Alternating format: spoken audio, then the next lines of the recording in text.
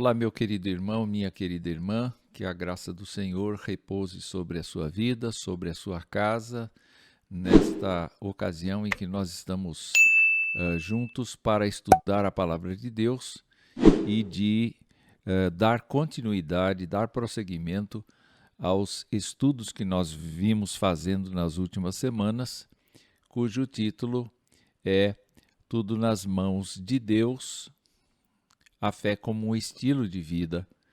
Lembrando que este título está ligado aos estudos bíblicos em diálogo com a obra de Lloyd John Ogilvie, O Senhor do Impossível, publicado pela editora Vida no ano de 1988. Estes estudos têm por objetivo destacar, então, a fé como estilo de vida do cristão. Nesta ocasião, nós vamos tratar de Gideão. O jovem Gideão será transformado nesta ocasião e passará, então, a viver uma vida muito próxima de Deus a partir das experiências que ele viveu. Desejamos que este estudo nos mostre como Deus usa de sua misericórdia para com aqueles que, muito embora tenham vivido em pecado, tenham atuado de forma desobediente diante de Deus, Deus exerça sua misericórdia e Deus conceda que cada um possa ter a vida consertada mediante as ações do Senhor. Nós vamos então prosseguir na nossa fala, levantando a problemática que estamos habituados a fazer no início de cada vídeo. A problemática levantada neste momento é: ser humano, o ser humano, o fato de nós sermos humanos, é sinônimo de nossa finitude, mesmo que em busca de perfeição constantes, uma vez que tudo quanto somos ou fazemos está cercado de limitações e necessita de ajustes contínuos sem que cheguemos ao padrão divino de qualidade. A problemática é justamente esta. Nós não conseguimos ver nenhum ser humano, exceto Jesus Cristo, como uma pessoa que foi perfeita na sua vida, dentro do padrão que Deus estabelece para as pessoas.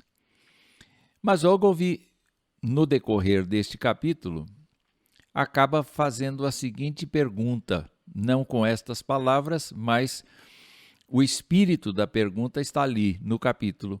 Entretanto, poderia Deus tomar uma pessoa comum e fazer coisas extraordinárias? Ora, o crente sabe que sim. O crente sabe que sim. E se sim, poderia fazer Deus o mesmo conosco se estivéssemos dispostos? É uma pergunta importante para o nosso estudo, uma vez que a Bíblia não vai esconder as fraquezas das pessoas, e nós sabemos que nós temos fraquezas. Nós sabemos que somos pessoas limitadas e que oscilam entre a santidade, a incredulidade e a infidelidade. Veja o que Ogilvie escreve na página 106 do seu livro. Ele diz: a honestidade da Bíblia acerca de seus heróis nos dá uma resposta esperançosa. Ela nos informa da inaptidão e impotência das pessoas comuns que, pelo poder de Deus, realizaram coisas extraordinárias. Somos tentados a pensar nelas como tendo inteligência superior e talentos espetaculares empregados para a glória de Deus. Nada disso. Foram pessoas apanhadas pelo Espírito do Senhor, capacitadas para lutar com o impossível e que receberam a graça de ser grandes. Gideão é um exemplo bíblico clássico de uma pessoa comum, mediante a qual Deus realizou coisas extraordinárias. E o próprio Ogilvy estabelece 6 chaves para desvendar o impossível. Este é o título do capítulo 10 e nós vamos acompanhar aqui como ele colocou estas chaves. A primeira chave, uma chamada inegável a uma pessoa que enfrenta circunstâncias insustentáveis. Segunda chave, um chamado à obediência constante. Terceira chave, uma tarefa impossível como o preparo para receber um poder limitado. Quarta chave, uma resposta inquestionável à súplica por orientação. Quinta chave, a estratégia divina não segue o padrão das nossas estratégias. E sexta e última chave, a coragem para cumprir a vontade de Deus. Naturalmente, esta é uma forma de Ogilvy examinar o trecho que vai de Juízes capítulo 6 até Juízes capítulo 8. O que nós vamos fazer é nos apropriar de textos chaves, de textos específicos que nos dão ideia do que Ogilvy está tentando expor no seu capítulo e dialogar com essas condições. Então nós vamos começar pela primeira chave, uma chamada inegável a uma pessoa que enfrenta circunstâncias insustentáveis. E o texto vai do capítulo 6, verso 11 até o verso 13, e nós vamos fazer essa leitura. Então o anjo do Senhor veio e sentou-se debaixo do grande carvalho em Ofra, que pertencia a Joás, do clã de Abiezer. Gideão, filho de Joás, estava debulhando trigo no fundo de uma prensa de uvas, a fim de não ser descoberto pelos midianitas. O anjo do Senhor apareceu a Gideão e disse: "O Senhor está com você, guerreiro corajoso." Gideão respondeu: "Meu senhor, se o Senhor está conosco, por que nos aconteceu tudo isto? E onde estão os milagres de que nossos antepassados nos falaram? Acaso não disseram: o Senhor nos tirou do Egito? Agora, porém, o Senhor nos abandonou e nos entregou nas mãos dos midianitas." De fato, a situação marcada em Juízes capítulo 6 é uma situação muito complicada para Israel. Por quê? Israel, diz o texto bíblico, capítulo 6, verso 6, ficou muito debilitado com a presença dos midianitas. Então os filhos de Israel clamavam ao Senhor. E os filhos de Israel, tendo clamado ao Senhor por causa dos midianitas, o Senhor lhes enviou um profeta, diz a Escritura, que lhes disse: "Assim diz o Senhor, Deus de Israel, eu é que vos fiz subir do Egito e vos tirei da casa da servidão e vos livrei da mão dos egípcios e da mão de todos os que vos oprimiam. E os expulsei de diante de vós e vos dei a sua terra." Nós temos comentado isso o tempo todo, como Deus interveio na situação política, geográfica e social da vida de Israel ao incluí-los na terra prometida, ao colocá-los dentro da terra prometida e de fazer deles uma nação própria, uma nação particular. Mas o Senhor continuou por meio do profeta, dizendo: "Eu sou o Senhor vosso Deus, não temais os deuses dos amorreus, em cuja terra habitais. Contudo, não destes ouvidos à minha voz." Qual é a razão de Israel estar passando pela situação que Gideão levanta? Gideão diz: "Meu Senhor, se o Senhor está conosco, por que nos aconteceu tudo isso?" Tudo isso aconteceu pela desobediência de Israel. Deus disse: "Enquanto vocês obedecerem à minha vontade e às minhas leis, eu estarei com vocês. Eu abençoarei, eu prosperarei o caminho de vocês. Mas no dia em que vocês se tornarem para outros deuses, eu vou expulsar vocês da terra. Em todo o tempo em que Israel andou com Deus, não houve problemas, a não ser vitórias, conquistas, instalação do povo na terra. Mas a partir do instante em que o povo se bandeou para deuses das nações em volta, Deus cumpriu aquilo que prometeu, ou seja, causou sobre eles estranho fardo, pesado fardo, que fazia com que eles gemessem diante dos amalequitas, diante dos midianitas, porque essas tribos nômades se instalavam no território e literalmente comiam toda a colheita. Literalmente agiam como gafanhotos, levando gado, levando os alimentos, os cereais que eram colhidos. E nós encontramos esse jovem Gideão justamente debulhando trigo no fundo de uma prensa de uvas, ou seja, num lugar absolutamente escondido, justamente para que a sua família tivesse mantimento, e ele estava então ocultando este mantimento dos midianitas. Mas Deus o achou. Deus o achou, e Deus, por meio de seu anjo, trabalha a questão de que é necessário responder ao clamor de Israel.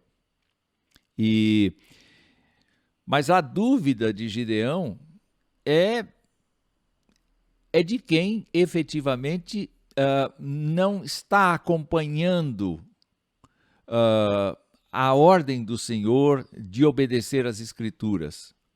Ele ignora o fato de que Deus prometeu que seria a favor de Israel no caso de obediência à palavra, mas que seria contrário a Israel por desobediência da palavra. Então ele pergunta ao anjo: se o Senhor está conosco, por que nos aconteceu isto? Ora, Deus não tinha abandonado Israel, mas na visão de Gideão, Deus tinha abandonado, e era uma questão importante para ele. Dizem que Deus foi grandioso no passado, dizem que Deus fez muita coisa no passado, mas cadê agora? Ou seja, é um grito desesperado de alguém que efetivamente não conhece aquilo que Deus requer. Gideão trabalha a ideia de que, se porventura é Deus mesmo que está falando com ele, Deus vai esperar ele preparar um sacrifício e Deus vai agir de alguma maneira. E o texto é muito rico em nos mostrar que ele saiu, foi para casa e lá preparou um cabrito e bolos asmos de uma efa de farinha. A carne ele pôs num cesto, o caldo numa panela, trouxe até debaixo do carvalho, apresentou ao anjo de Deus, e o anjo de Deus disse: toma a carne e os bolos, coloca sobre esta penha, derrama por cima o caldo. E Gideão fez isso. Então o anjo do Senhor estendeu a ponta do cajado que trazia na mão, e subiu fogo da penha e consumiu a carne e os bolos. E assim o anjo do Senhor desapareceu da presença de Gideão. Ou seja, esta é uma chamada inegável a uma pessoa que enfrenta o medo, que enfrenta a perseguição dos midianitas, que se esconde para produzir comida, que busca segurança nas suas próprias providências. Deus, por conta da sua misericórdia, nunca deixou o povo.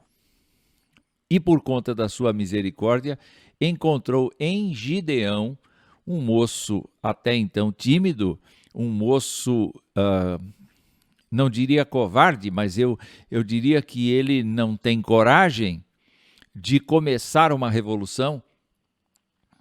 Encontra em Gideão exatamente a pessoa que vai ser o libertador de Israel naquela ocasião.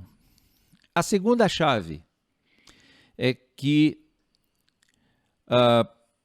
para que uma pessoa sirva a Deus como Deus deseja, esta pessoa precisa ser obediente. E diz o texto bíblico que uma noite o Senhor disse a Gideão: tome o segundo touro do rebanho de seu pai, aquele de 7 anos, derrube o altar que seu pai fez para Baal e corte o poste de Azerá que fica ao lado do altar. Depois construa um altar para o Senhor seu Deus no alto desta colina, arrumando as pedras com cuidado. Sacrifique o touro sobre o altar como holocausto e use como lenha a madeira do poste de Azerá que você cortará. Gideão levou 10 de seus servos e fez o que o Senhor mandou, porém fez tudo de noite, com medo de sua família e do povo da cidade. É claro que, quando olhamos para a situação de Israel, ela estava todinha contaminada pelo culto ao deus Baal. Inclusive, você pode verificar na própria casa de Gideão. Então, ainda que o Senhor fosse falado, ainda que se lembrassem das promessas do Senhor, a situação era que o povo tinha aderido a Baal e a sua própria família. Para que Deus pudesse usar Gideão, ele tinha que eliminar o pecado da sua própria casa e da sua própria vida. É sempre assim, quando Deus chama de forma inequívoca a gente para servi-lo, para viver segundo a sua vontade, segundo a sua palavra, Deus exige que a gente obedeça. Deus exige que a gente se purifique dos pecados que a gente tem. Deus exige que nós andemos em novidade de vida. O que vemos aqui é que Gideão teve medo do que ia acontecer ou do que poderia acontecer. Mas a Bíblia nos diz que ele fez isto tudo à noite, com medo da sua família, com medo do povo da cidade. No dia seguinte, o texto bíblico nos diz que as pessoas descobriram que tinha sido Gideão.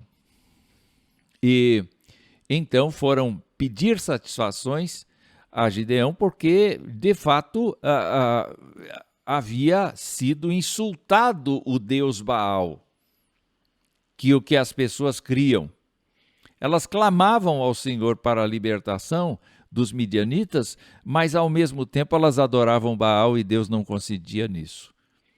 Mas então eles foram pedir contas à família de Gideão e Joás, num assomo de coragem, não é? Disse assim: deixa que Baal se defenda. Ele não é Deus? Deixa que ele se defenda. E assim, então, a vida de Gideão foi preservada e nós podemos perceber por este texto bíblico que, efetivamente, Gideão deu um passo adiante na sua caminhada por fé, quando obedeceu a Deus, destruiu o altar de Baal, construiu um altar para o Senhor, sacrificou o segundo touro sobre este altar, chamando a atenção do povo para o fato de que Baal não podia se defender do Deus de Israel. A terceira chave é que uma tarefa impossível é necessária como preparo para receber um poder ilimitado. Então, o que nós percebemos aqui é que, de novo, nós temos aquela invasão dos exércitos de Midian e de Amaleque e de outros povos do leste que se uniram. Eles atravessaram o Jordão, diz o texto, e acamparam no vale de Jezreel. O que aconteceu?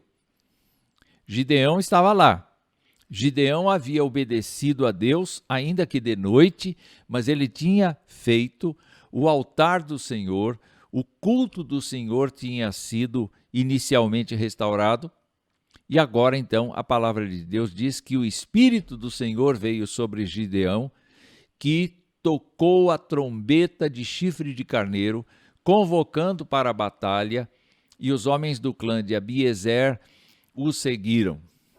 Também enviou mensageiros às tribos de Manassés, Azer, Zebulon e Naftali, convocando seus guerreiros, e todos atenderam ao chamado. Parece que havia na garganta dos israelitas um choro contido, uma vontade de serem livres daquele jugo midianita. Quem não gostaria disso? O fato é que, meus irmãos, não foi a valentia de Gideão, não foi a coragem de Gideão que fez com que ele resolvesse tocar a trombeta de chifre de carneiro, convocando os seus pares, os membros da sua família, os membros das tribos de Israel, para se oporem aos amalequitas e midianitas. Esta tarefa de convocação foi uma tarefa do Espírito Santo de Deus. Eu me lembro perfeitamente do relato de Atos dos Apóstolos, que mostra uma situação completamente diferente do tempo em que os discípulos estavam se preparando para a morte de Jesus sem saber. Eles estavam, de certa maneira, acovardados.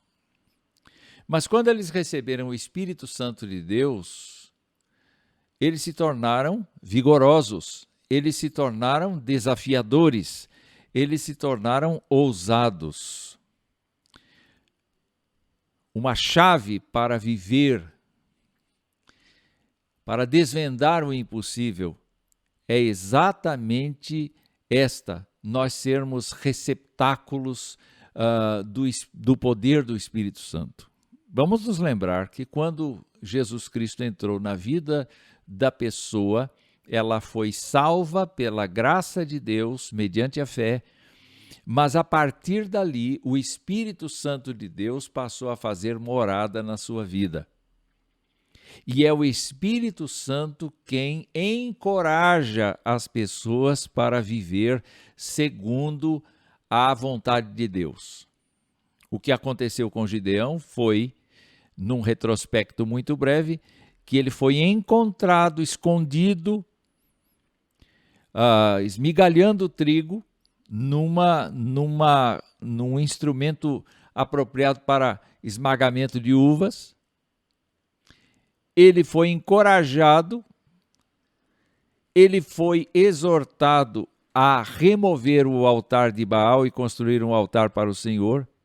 E agora, então, nós vemos o Espírito de Deus possuindo Gideão e dando para Gideão a coragem de convocar os seus irmãos para a tarefa de expulsar os midianitas do território israelita.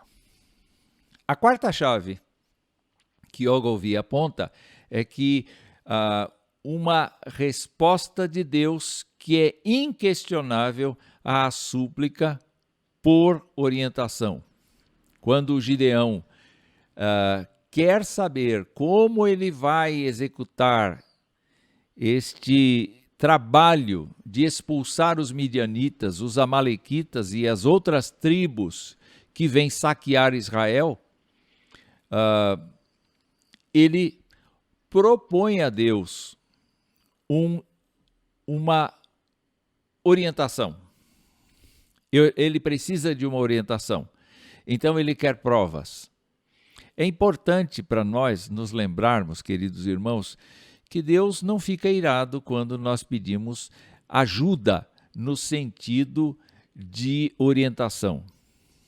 Deus vai falando conosco e Deus vai mostrando por meio de coisas muito simples, por meio da exposição da palavra, por meio do culto, por meio das pessoas que nos cercam, por meio dos conselhos, por meio das circunstâncias. Deus vai mostrando para a gente que Ele está na direção de tudo. O texto nos diz assim: Gideão disse a Deus: se de fato vais me usar para salvar Israel como prometeste, dá-me uma prova da seguinte forma. Era como ele entendia, como ele conseguia perceber o rumo para onde Deus o estava levando. Hoje à noite deixarei um pouco de lã na eira onde se peneiram os grãos. Se pela manhã a lã estiver molhada de orvalho, mas o chão estiver seco, saberei que vais me ajudar a salvar Israel, como prometeste. E foi exatamente o que aconteceu, diz o texto bíblico. Na manhã seguinte, bem cedo, Gideão se levantou, espremeu a lã e recolheu uma tigela cheia de água. Mas Gideão não estava satisfeito e disse a Deus: peço que não fiques irado comigo, mas que me permitas fazer mais um pedido. Deixa-me usar esta lã para mais uma prova. Desta vez que a lã fique seca e o chão ao redor dela fique coberto de orvalho. E naquela noite, Deus fez o que Gideão havia pedido. Pela manhã, a lã estava seca, mas o chão estava coberto de orvalho. Ou seja, uma resposta inquestionável diante de uma súplica por orientação. Esta é uma chave para nós desvendarmos o impossível. Na fala de Ogilvy, nós vamos encontrar estímulos no sentido de que nós devemos, sim, sempre que tivermos dificuldade, nos aproximarmos de Deus mediante a oração, porque a oração é o veículo primário para a descoberta da vontade de Deus. A sua palavra e a oração são fundamentais e logo em seguida vem exatamente a fala de Deus por meio dos irmãos, por meio das situações que nós vivemos tanto no culto como no seio da Igreja do Senhor. A outra chave que nós temos aqui é que conta a história que a previsão de soldados do lado inimigo era de mais de 130 mil homens. Mediante a convocação das tribos de Israel, o que nós verificamos é que Gideão pôde contar com 32 mil homens. Isso significa que ele deveria lutar na proporção de 4 inimigos para cada soldado seu. Uma coisa absolutamente impossível aos nossos olhos, porque em campo de batalha, na luta corpo a corpo, usando-se arqueiros, usando-se todas as estratégias de guerra, nós sabemos que um exército pequeno como este seria massacrado em pouco tempo, especialmente diante de uma situação em que os israelitas, a despeito de já estarem vivendo algum tempo na Terra Prometida, eles não tinham experiência de guerra na melhor expressão da capacidade de guerra. Eles eram lavradores, eles eram pastores, eles eram um povo que tinha vivido escravo no deserto. Bom, o que é que o Senhor disse quando viu os 32 mil homens reunidos a Gideão? O apelo dele foi muito efetivo, não é? Mas Deus não queria isso.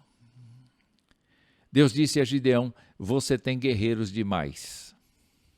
Se eu deixar todos vocês lutarem contra os midianitas, Israel se vangloriará diante de mim, dizendo que se libertou por sua própria força. Eu não preciso de vocês para ganhar a guerra. Mas se vocês estiverem nessa quantidade de pessoas, podem até pensar que foi a sua força que fez o serviço. E não foi. Não foi. Queria lembrar você, meu querido irmão, minha querida irmã, que nós vivemos agora, depois de salvos em Jesus Cristo, na força do Senhor. Não é por força, não é por violência da nossa parte, mas é pelo Espírito do Senhor que os crentes devem viver. Devem ter discernimento, devem fazer a obra do Senhor. Então, a solução que Deus deu foi a seguinte: diga ao povo, quem estiver com medo e assustado, pode deixar este monte e voltar para casa. O convite é para os covardes. O convite é para os que se assustam diante do impossível. E o relato bíblico diz que 22.000 homens voltaram para casa, restando apenas 10.000. Ou seja, a valentia deles cessou. Eles preferiram voltar para casa e deixar a encrenca para os seus companheiros, que eram em torno de 10.000. Eu imagino que Gideão deve ter tido assim um susto muito grande, quando praticamente 2/3 do seu exército, um pouco mais de 2/3 do seu exército, se foram. O fato é que o Senhor disse para Gideão: seu exército ainda está grande demais. Desça com eles até a fonte, e eu os provarei para determinar quem irá com você e quem não irá. Em outras palavras, Deus havia estabelecido que salvaria Israel mediante a demonstração do seu poder. E ele só precisava de um pequeno contingente de homens para mostrar isso diante de toda a nação. É sempre assim.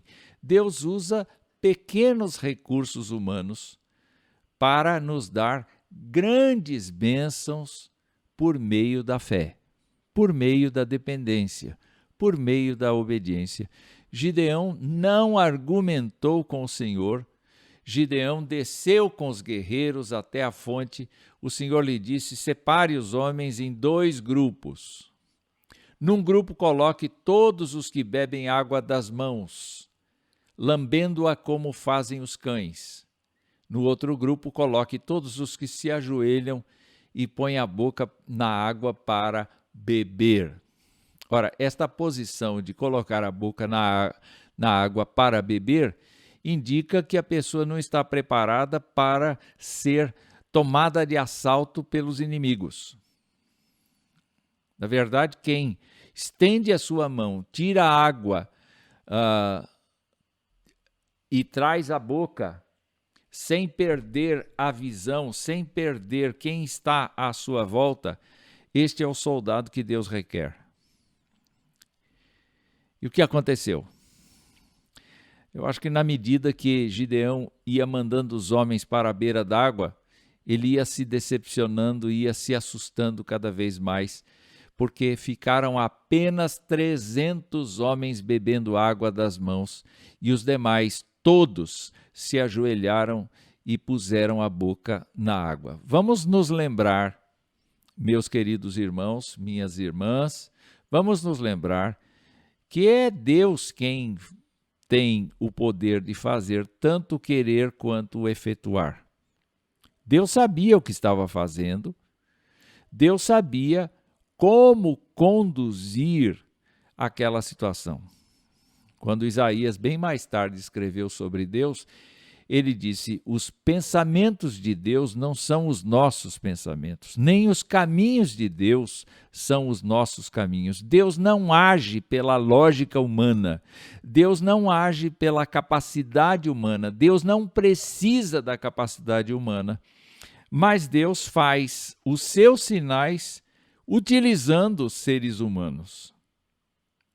Então o Senhor disse a Gideão: com estes 300 homens, o que era uma coisa absurda, de mais de 130 mil homens do lado de lá, Gideão contava apenas com 300 homens. Só que contava com uma coisa extraordinária. Deus dizendo: eu livrarei Israel e entregarei os midianitas em suas mãos. Mande para casa os demais. E foi isso que Gideão fez. A Bíblia nos mostra, então, que para desvendar o impossível, nós não podemos contar com a estratégia humana, porque ela não chega nem perto da estratégia divina. E você deve se lembrar disso tudo, quando Jesus Cristo veio à Terra. Não foi pela lógica humana, porque todos esperavam um Messias político, um Messias que, porventura, pudesse libertar Israel do Império Romano. Era isso que as autoridades judaicas entendiam, mas Jesus Cristo veio buscar e salvar o que se havia perdido. E a sua morte na cruz, aparentemente uma morte como a de qualquer outra pessoa que está sendo executada, aquela morte venceu Satanás. Aquela morte trouxe a justiça de Deus para a vida dos salvos. A morte de Jesus Cristo fez com que a pena do pecado, a culpa do pecado fossem removidas, e esta é uma grande bênção que nós temos do Evangelho. Vamos para mais uma chave. E agora, às vésperas de lutar contra os midianitas, contra os amalequitas, o Senhor perguntou a Gideão se ele tinha alguma dúvida. E Gideão, de certa maneira, foi consolado, foi orientado pelo Senhor para ter a coragem de sair a campo de batalha. Ele pegou os 300 homens, ele dividiu estes homens em 3 grupos, com tochas dentro de cântaros e com trombetas nas mãos, quer dizer, uma situação absolutamente desqualificada para lutar corpo a corpo contra os guerreiros midianitas, os inimigos. Mas naquela noite, para que ele fosse cheio de coragem, o Senhor falou com ele: levante-se, desça ao acampamento dos midianitas, pois eu os entreguei em suas mãos. Mas se você tem medo de atacá-los, desça até o acampamento com o seu servo Purá. Ouça o que os midianitas estão dizendo, e você se encherá de coragem e terá ânimo para atacar. Então Gideão e seu servo Purá desceram até os limites do acampamento inimigo, e estando lá, eles ouviram: olha, eu tive um sonho. E o sonho que eu tive foi justamente de que Deus entregou a todos nós a Israel. Então Gideão, ao ouvir esses relatos de forma secreta, escondido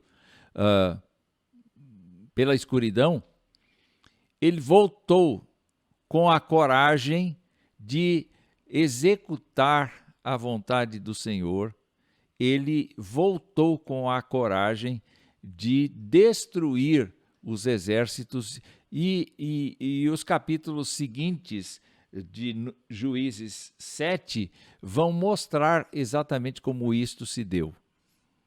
O que é importante neste momento é enfatizar que Deus, ao nos salvar, nos trouxe para uma vida mediante a fé. Esta vida mediante a fé é fundamental para nós compreendermos que a nossa caminhada na terra, a despeito da nossa imperfeição, da nossa fraqueza, é regida pelo Senhor dos Exércitos. E nós estamos nesta terra não para cumprir os nossos próprios propósitos, nem para andar segundo as nossas próprias forças. É Deus quem efetua em nós tanto querer quanto fazer. É Deus quem nos empodera para fazer aquilo que a sua vontade determina. É Deus quem faz com que nós sejamos vitoriosos. Mas para isto, nós precisamos, como Gideão, ser obedientes, destruir os altares dos deuses falsos que estão tanto no nosso coração, quanto no coração da nossa casa, no coração da nossa família, e passar a viver na confiança do projeto de Deus para a nossa vida, para a nossa existência, para testemunho da sua glória. O desafio deste momento é olhar para Gideão e ver que nós podemos ser encontrados ali na mesma situação. Muitas vezes com timidez diante das vicissitudes, mas com muita paciência de Deus, levados para descobrir que Deus trabalha no impossível para os homens. Quando perguntaram a Jesus Cristo como seria a salvação de uma pessoa, Jesus respondeu que para os homens isso é impossível, mas não para o Senhor. E a vida que nós precisamos ter, meu querido irmão, minha querida irmã, é justamente uma vida de confiança no poder de Deus, de obediência à palavra de Deus, de discernimento da sua vontade e de descoberta dos propósitos divinos por meio do nosso esforço.